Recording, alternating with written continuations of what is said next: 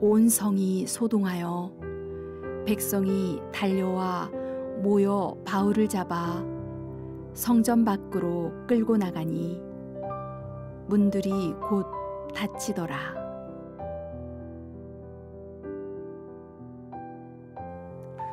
예수님을 믿고 나면 세상을 대하는 태도가 바뀝니다. 세상을 대하는 태도가 긍정적으로 바뀔까요? 부정적으로 바뀔까요?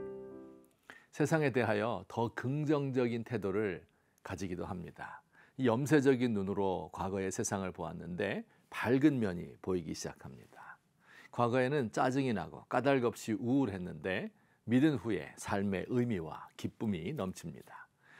그러나 다른 한편 세상을 보는 눈이 더 부정적이기도 합니다. 세상에 대하여 고민도 많아지고 슬픔도 늘어나게 됩니다. 세상과 불화하고 사람들과도 불화하는 경우가 많습니다. 사도 바울도 한편으로는 구원의 기쁨이 그를 지배하면서 다른 한편 세상과 끊임없이 불화하였습니다. 오늘 본문에 따르면 사도 바울은 크게 두 종류의 사람들과 불화를 겪습니다. 첫째, 예수 믿지 않는 사람들의 오해 때문에 박해를 받습니다. 사도 바울은 지금 이스라엘의 수도인 예루살렘에 와 있습니다. 거기서 예수 믿지 않는 유대인이 그를 잡아 죽이려 합니다. 바울이 유대인들이 생명처럼 여기는 율법과 성전을 무시하며 이방인에게도 구원이 있다고 가르치는 반역자라고 오해하였기 때문입니다. 또한 믿지 않는 로마 제국의 관리들과도 불화할 수밖에 없습니다.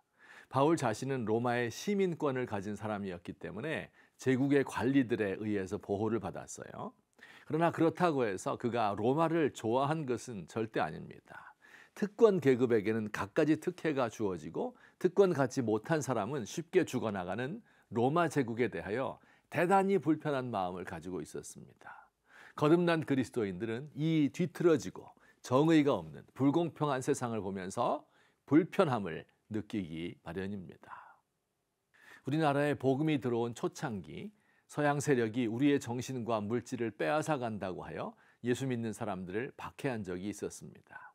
오늘날 이슬람 국가에서는 예수 믿는 사람들이 사회 질서를 어지럽힌다고 생각합니다. 북한에서도 기독교인이 공산주의 체제를 위협한다고 해서 박해합니다. 예수님이 죽으신 이후 지금까지 7천만 명 이상의 그리스도인들이 순교를 당했다고 합니다. 세상은 그리스도인을 미워하고 그리스도인은 세상에서 사는 게 쉽지 않습니다. 두 번째, 믿지 않는 유대인이나 로마 제국의 악한 사람들뿐 아니라 예수님을 믿는 예루살렘 교회의 성도들도 바울의 마음을 아프게 하였습니다. 유대인 그리스도인 가운데 할례나 안식일, 음식법 등을 고집하면서 이방인에게 복음 전하는 것을 내심 못마땅하게 여기는 사람들이 많이 있었던 것입니다. 여러분, 지금도 마찬가지입니다. 교회 안에서도 진실하게 믿는 사람들과 그렇지 못한 사람들과 불화가 있을 수밖에 없습니다. 세상의 가치가 교회를 지배하고 있기 때문에 그렇습니다. 예수를 믿는 사람 중에 성경 지식은 많이 가지고 있지만 실제로 말씀을 따라 살지 않는 사람들이 많습니다. 미사 여구를 동원하여 격식에 맞는 기도를 드리기는 하는데 기도의 응답을 기대하지 않습니다. 무슨 새로운 일을 시작하려 하면 그거 과거에 다 해봤는데 안 될걸? 잘 믿어보려는 성도들을 보면 너무 유별나게 믿으려 하지 마. 나도 과거엔 그랬었어. 하나님 나라에 대한 아무 기대도 꿈도 없이 하루하루를 사는 이름만 성도들인 사람들, 그들이 우리의 마음을 아프게 합니다.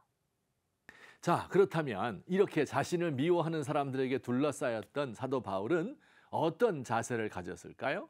세상의 불의와 불공평을 한탄하면서 소주잔 기울이고 정부 욕하고 대통령 비난하며 염세주의에 빠진 것이 아닙니다. 혼자 고고한 척 시니컬하게 세상을 비난하면서 세상을 달관한 도사처럼 초연하게 살지 않았습니다. 세상은 어차피 망해가니까 예수님 다시 오실 날만 기다리며 기도만 하고 있지 않았습니다. 바울은 자신을 죽이려는 유대인들에게도 자기를 오해하는 사람들에게도 사랑하는 마음으로 복음을 전하려고 모든 노력을 기울였습니다. 복지부동 자리를 보존하는 것이 최고의 목표인 사람들, 돈을 밝히고 파렴치한 로마 관리 하나하나에 정성을 기울였습니다. 그는 사람이 변할 수 있다는 믿음을 가지고 열정을 다해 복음을 전했습니다.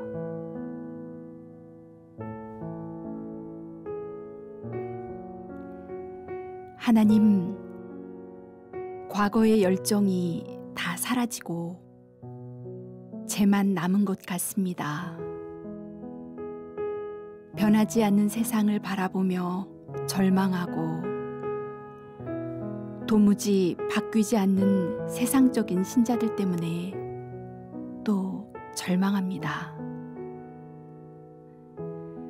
저 자신을 생각해도 나이만 많아질 뿐 그리스도의 인격을 담지 못하고 늘 죄악 가운데서 허덕입니다.